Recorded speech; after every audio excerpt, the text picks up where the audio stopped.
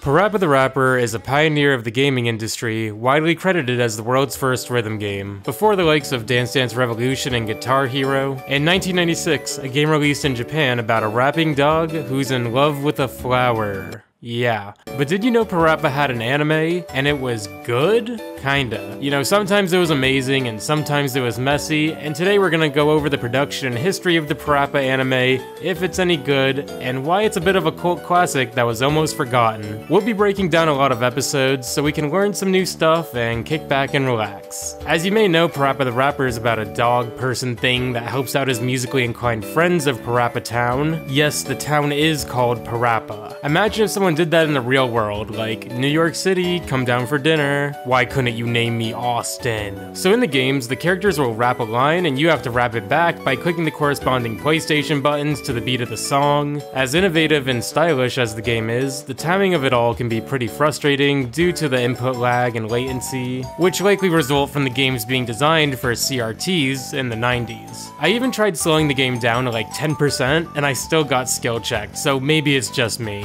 Regardless, they're pretty fun and charming games once you get the hang of it. The art of Parappa is so unique too. I love the fact that they're like 3D models of paper cutouts. It creates a very handmade, down-to-earth vibe and works pretty well for a rhythm game where you're sort of focusing more on the inputs on screen. Sometimes it can look a little wonky, but you don't control the characters at all, so they can get away with a weirder art style at the expense of the animation quality at times. This art style isn't used in the anime, which I think would have looked super cool, but CGI wasn't very common in animes, in the 90s especially. So we instead got a pretty standard looking anime, all things considered. I often see people with profile pictures of Parappa from the anime, especially when he has his suit on, which we will talk about, but I think it goes to show how amazing the character design is. The characters have such cute and simple designs and proportions in a similar sense to the Sanrio characters like Hello Kitty, and I think the color theory is really exceptional too. Like, Parappa has this complementary color scheme of blues and oranges. Sunny's also got this complementary scheme going on with her purples and yellows, but then you got characters like Katie that have this really interesting clash of reds and blues in her palette with a splash of yellow, possibly to show her intensity as a rocker. And then we have other characters like PJ, Parappa's friend who really enjoys eating and sleeping, and I think his quiet, muted palette reflects this in a way. The character designs were made by Rodney Greenblatt, an artist born in San Francisco who's actually done album covers for They Might Be Giants, aka the band that sings the Malcolm in the Middle theme song, Shonen Knife, a Japanese pop-punk band who you may not know, who may be most known in the West from their endorsements and promotions from Kurt Cobain and Nirvana, and Greenblatt also did an album cover for Puffy, who we know in the States as Hi Hi Puffy Amiyumi. His work for Hi Hi Puffy Amiyumi is funny because the band couldn't be called Puffy when they were brought to the West on account of Puffy, aka Sean Combs, having that name here and causing legal trouble and confusion. Arguably what's funnier about this is Rodney Greenblatt kind of already established designs for Ami and Yumi well before the creation of the cartoon, so Puffy and Hi Hi Puffy Amiyumi have two different names and looks, which is just kinda odd and funny to me. So now that you know the influence and impact of Parappa the Rapper and what it means to me, let's break down the first episode of the anime. Right away I have to say the opening is amazing. The first opening, Love Together, is one of my favorite openings ever. Not only is the song great, but the visuals are so fun. It feels like it references the more psychedelic colors and aesthetics that were incorporated into the games, but also the end of the opening has them on sticks twirling around, and they cleverly cut and replace the stick characters with different poses in this kind of stop motion or pseudo stop motion style that really works well on its own, but when you consider it as an homage to the style of the games where there are these thin cutouts spinning around, the opening feels like a stylish love letter to the games with a great song. This, however, is where a lot of the homage to the games ends, as we'll see. The first episode starts with everyone in town asleep at night. Parappa has this white plaid version of his hat, like a pajama hat, which is actually referencing the beginning of the game, which is pretty cool to see. We're introduced to the first of the three new main characters exclusive to the anime, in the antagonist, Gaster, who steals Parappa's bike. Gaster kinda acts like Team Rocket and makes the formula of the show feel like Pokemon in a sense, where the gang is doing some random activity and Gaster throws a wrench in it, creating chaos. I think they kinda needed some conflict in the town, since everyone in it is so helpful and wholesome for the most most part. Gaster's goal is to scare everyone, and sometimes he seems more just misguided and wacky than he does malicious, but his interactions aren't really funny a lot of the time, whereas with Team Rocket, they'd not only try to steal Pikachu, but they'd have squabbles and banter with Ash and friends. That's pretty big talk coming from such a little lady. At least you're right about the pretty part. Thanks for the compliment. The girl thinks she's pretty. I agree with her. I think she's pretty too. Pretty pathetic. In this episode, Parappa's conflicted because he promised his crush Sunny he'd hold her bags at the yard sale, but he also promised PJ he'd play basketball with him. This is where we get our other two new characters. Matt is a bit overbearing, smart, talkative, and kinda reminds me of Joe Chin from the games, who's most notably Parappa's rival vying for Sunny's love, but is absent from the anime. Paula is a bit of a snobby know-it-all and actually inserts herself into the argument of what Parappa should do, telling him he should play basketball because the court's empty at the moment. This causes immediate conflict and tension between Paula and Katie, which boils over to Katie trying to punch Paula later at the yard sale, missing and flying through the big tent setup.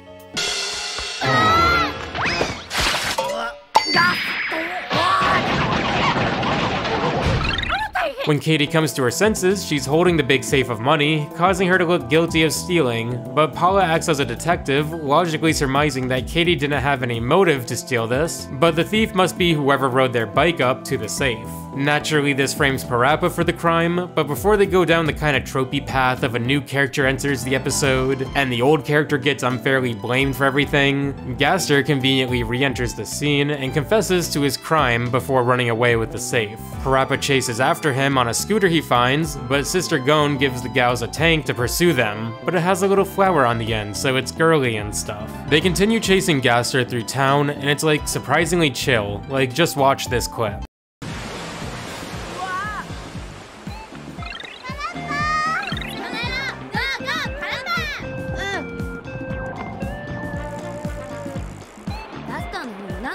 So they're chasing Gaster with a scooter, a submarine, and an airplane over a bridge in a busy section of the city, and it's so laid back. In a way, it's a double-edged sword for the show, where I feel tone-wise it's all over the place and can be pretty chaotic, but I think the resolutions to episodes can be a little messy or unfulfilling too. Like, the big chase for the money ends up with Parappa inadvertently crashing into Gaster off screen, Gaster crashing into a big jelly bean machine and getting buried into the ground while the group happily returns the safe and watches the now fixed jelly bean machine make fireworks. Like, it's a fun final shot and is really cute, but the climax of the episode happened off screen, and there wasn't a whole lot of drama of Katie needing to redeem herself or why the old lady needed the money, so it was just kinda chaos. Which is fine, but a bigger concern people may have is, what does this have to do with Parappa the Rapper? Well, the answer is simple.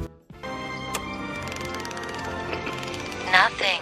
Sure, we got the lovable characters from the games, but there wasn't any musical segment or rapping or believing, and I think my biggest criticism of the Parappa the Rapper anime is that if you took away these designs and replaced them with original characters, no one would ever say this is a ripoff of Parappa the Rapper, because it never really resembles it much in the first place. It's probably important to note that the anime came out in early 2001, just before Parappa the Rapper 2 came out in Japan, in large part to promote the upcoming sequel. Rodney Greenblatt, the character designer, wanted the anime to have a bit more of a teen focus, and wanted to be more involved in the production and story, but seemed to have conflicting views with Sony, according to an interview he did with Game Developer. Quote, "I wasn't into that, because I was like, everyone knew teenagers loved Parappa, so let's do a teen show. But Sony wanted to sell toys, so the show's producers made a little kid's version of Parappa. Then they wanted me to design other characters for the show, and I was like, okay, but let me write some of the episodes that these new characters will be in. And they didn't let me do that. They only let me design characters, they didn't let me write or be part of the show's production, and I felt as if I was kicked, in a way, out of something I always wanted to do. I always wanted to work in animation, to see my characters on a TV show. So the TV show was not a success, it was not a good show. I don't know about the writing, because it was all in Japanese, but apparently it didn't connect with kids, they didn't like it. And the time slot it was on turned out to be a disaster. A big deal was made, it had a prime slot for little kids, but it kept on getting preempted by baseball games. There was two different animation houses doing the show, and each had a slightly different style, and that was really bugging me. My characters looked a little different in one episode to the next. So it's really interesting to see the issues Rodney had with the show and the potential disconnect the audience may have had with it. As we'll continue to see in this video, I don't necessarily have an issue with Parappa's demographic and audience. I actually find it refreshing and endearing how cartoony the anime is, in part due to the wacky nature of the show, and in part due to all the Western influences that can be seen throughout the franchise. And while I enjoy Parappa the Rapper anime, it's definitely an episode by episode case, and the quality of the writing can be a bit sporadic. So let's talk about the second episode.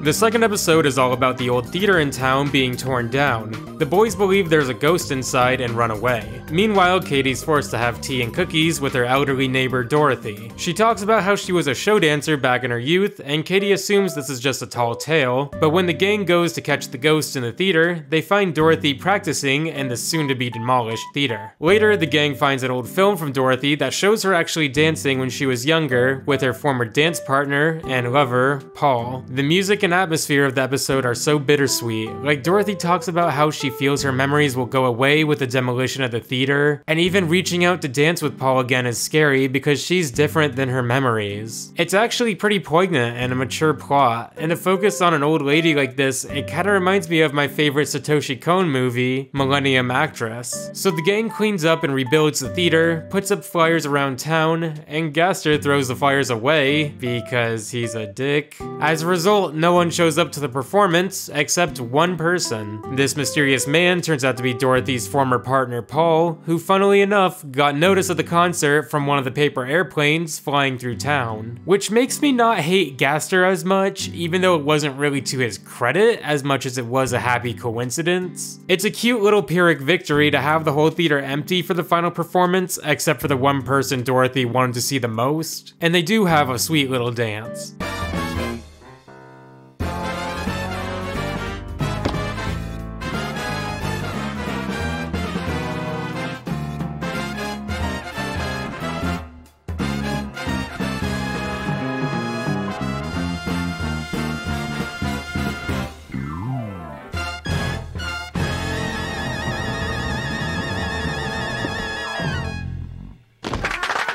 Gaster is so moved by the performance, he even protests the destruction of the theater as the rest of the gang watches in awe. Little moments like that make me appreciate Gaster because he can be a bit wacky and sentimental and shows that his trolling can be more mischievous than malicious. Overall, it's a pretty sweet episode, and although we don't see too much between Dorothy and Paul or an aftermath of their reunion, and the theater doesn't get saved, the performance makes me feel as though it's not really needed and they've made peace with their emotions and memories. A lot of the episodes feel like they're about trying to get two people together romantically, like almost a third of the episodes have romantic themes. It's not an issue or anything, like it should be noted the plot of the first Parappa game is all about Parappa trying to win the heart of Sunny, like learning how to drive, baking her a cake, running off to the bathroom and rap battling everyone in line to get ahead. But there's a couple romantic episodes of the anime that I do really enjoy. Episode 7, You Sure Are Bourgeois, is about the firefighter Puddle and his lover, the upper class Anne-Marie Tambourine, and her father doesn't approve of firefighters because every time he sees them, he wets himself. Puddle and Anne-Marie plan to meet in the park where they first met, but a fire breaks out that's actually pretty dramatic. I'll give the episode credit because it started kind of boring and slow, but picked up in a big way. On top of the dangerous fire, Puddle jumps out of the helicopter to save Anne-Marie, leaving Parappa and gang to fend for themselves up in the sky. Also, look at this helicopter, it's a dog, that's so cute. Parappa decides to drive the helicopter into a dam to help put out the fire, and they do this just before the explosives go off that would have put out the fire, but also unknowingly would have exploded Anne-Marie and Puddle. Only one tree survived the whole fire, and under that tree is Anne and Puddle. Anne-Marie's father is moved by Puddle's heroics, and decides that he can accept them getting married, even if that means he wets himself all the time. He even goes as far as wearing an adult diaper to the wedding, which he ends up not needing because he's cured of his trauma response or whatever to firemen, creating a happy ending for all. Another fine episode, but I feel like it's just missing a little something. Like maybe the father disapproving of firefighters and, you know, wetting himself had some deeper meaning, like it's related to something like seeing a fire as a kid. But when there's no emotional tie for him, the whole wetting himself and being kind of unreasonable to his daughter is just a little too wacky and leaves me a little bit uninvested. The other romance episode to talk about is probably one of the most popular episodes of the whole show. Episode 9, It's Too Early to Give Up, is one of the most popular episodes in the series, probably because it's one of the few times throughout all of Parappa that we get to see Parappa and Sunny share a nice moment together. The episode's all about Parappa working up the courage to ask Sunny to the big dance, but he's too shy and ends up getting forced to go to the dance with Sweetie, the big pink teddy bear that looks like PJ. This is probably one of the characters Rodney Greenblatt designed exclusively for the anime. Meanwhile, Gaster and his sidekick Gruber show up to the dance to steal people's jewelry, but get turned away. Not because they're adults at a children's dance,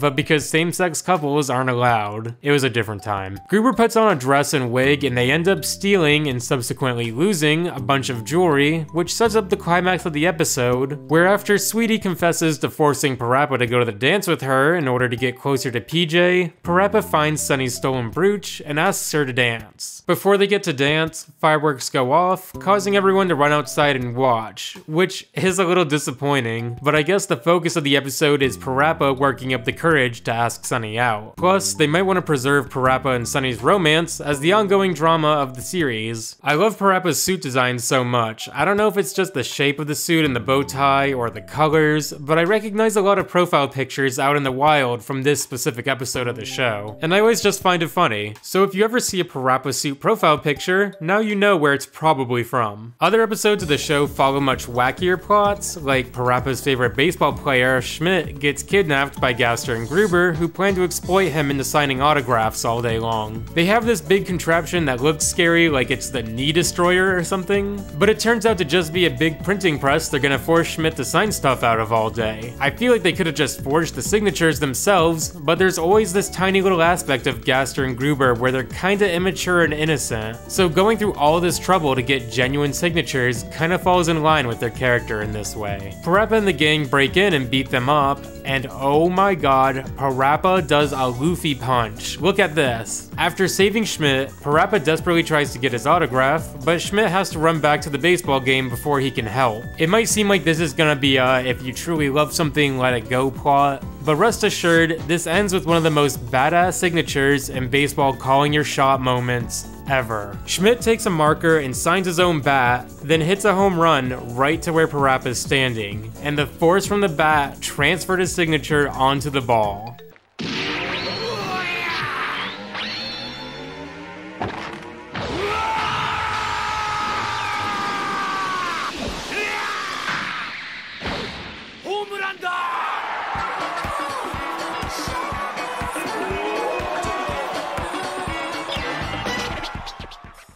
I don't care who you are, that is hard as hell. Parappa's friends help fend off the other fans trying to catch the ball, and we get a happy ending, even if it resulted in the injuries of hundreds of fans from a PJ torpedo and Sunny shooting popcorn at people. There's a couple other sports-themed episodes too, which I'm always a big fan of, like Katie forces the Parappa crew to play hockey because the hockey team will get disbanded if they lose. The episode hints that Katie leads the team because she has a crush on the coach, which did come off as a little weird at times, but there's a pretty funny twist that Katie was so close with the coach because she wanted his stylish jacket the whole time. Some episodes like this, you can just lay back and enjoy the fun characters, cool action, and great colors, even though the emotional aspects of this don't hit too hard. Like, I don't care that the original hockey team shows up again at the end. Like, why do I care about them? I feel like I've been saying this a lot, that the show doesn't give me a reason to care, so maybe I seem a bit too harsh or that I'm looking way too far into this, but I'd still like to think at the end of the day I actually enjoy the show. I just think it's so close to being great if they added or changed a couple lines in a lot of the episodes. So it's just interesting to speculate. With that being said, let's move on to the final episode of Parappa.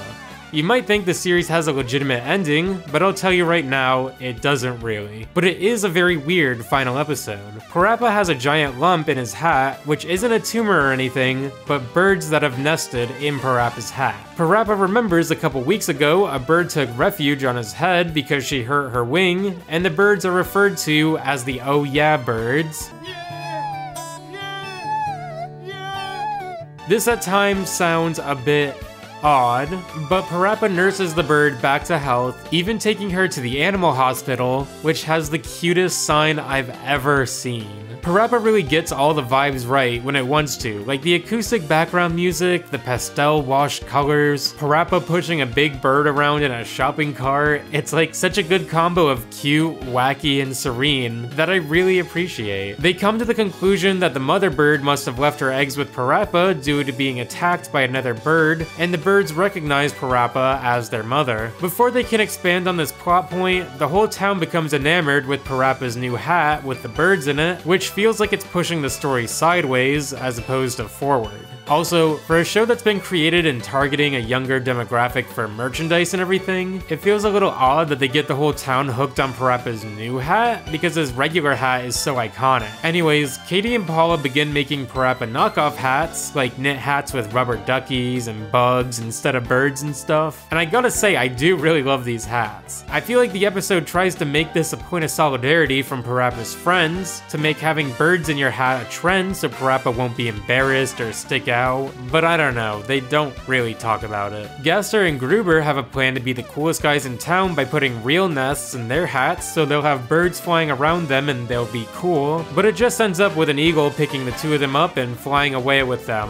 which everyone does find cool because they're walking on air now. Not much else really happens in this episode, like they just kind of dance and stuff, and then the episode ends with the birds being ready to fly away while Parappa's in class. He runs to the window and the oh yeah birds successfully fly away with Parappa's hat. Parappa says he'll feel lonely when they leave, but cheers them on, and this to me just feels like another example of kind of going through the motions of what happens in typical episodes of shows. Like, I don't feel sad the birds are flying away, maybe because they didn't really share these moments together that Parappa could have only with these birds. I mean, they ate PJ's popcorn, but I don't know. If there's one character I don't feel is lonely in Parappa Town, it's Parappa. It's not an uncommon cartoon trope to introduce some kind of creature or pet, have some shenanigans, and then a bittersweet goodbye. But the bittersweet goodbye works as both sad and funny because of the character of the pet and the moments they share together, which just feel a little lacking here. Also, I was gonna mention the Family Guy episode where Peter gets the birds in his beard, which is like my favorite Family Guy episode, but what's crazy is this Parappa episode released the same week of the Family Guy episode. Can you imagine both of these in the same week in 2002 and just thinking, I guess TV is just finding and nesting birds nowadays. Anyways, the episode ends with the birds flying back to their parents, and they take Parappa's hat with them, which leaves everyone freaked out, staring at Parappa's bare head, which is always slightly off screen. I don't know what Parappa's head could possibly be. Maybe it's like Double D's head in Ed, Edd n Eddy, so give me your theories of what Parappa's trying to hide. The episode ends with the birds flying away as a family, and everyone giving one last thumbs up salute to the birds as the camera pans out to our final big shot of Parappa Town. Overall, it's a fine episode. It's kinda wacky and definitely gets carried a little by the fun colors, music, and art. The pace is kinda all over the place, like very little happened in terms of plot or progression, and the emotional beats didn't really hit. Like, I thought the point of them making the hats was going to result in the parent birds coming back to town desperately looking for their kids, confused by all these cool new hats, maybe mistaking each one for their kids, and they just caused chaos throughout the town until they found Parappa. But instead, the hats weren't really there for much, and the birds just kind of found a random time to fly away and did so. This episode definitely acts as a microcosm of all the pros and cons of the Parappa anime to me. I think it's a pretty interesting show, and one of the most zany animes I've ever seen, which is really cool. It doesn't really follow the games as an adaptation or anything, but it's not like they had a lot of material to work with either. If the show seems appealing to you, I'd totally say to check it out, and that you probably won't be disappointed because the Parappa anime really hits its mark with music, art, and comedy, and I always commend shows that know what they want to be and execute on that. And I totally recommend checking out this video from GoNicked all about the preservation of the Parappa anime, because without the contributions of them along with several other members of the community, the show probably would have never even been translated to English, let alone have been accessible on YouTube or any other site. If you like this video, please subscribe if you're cool like that, and let me know what you think. Alright, I'll talk to you next week.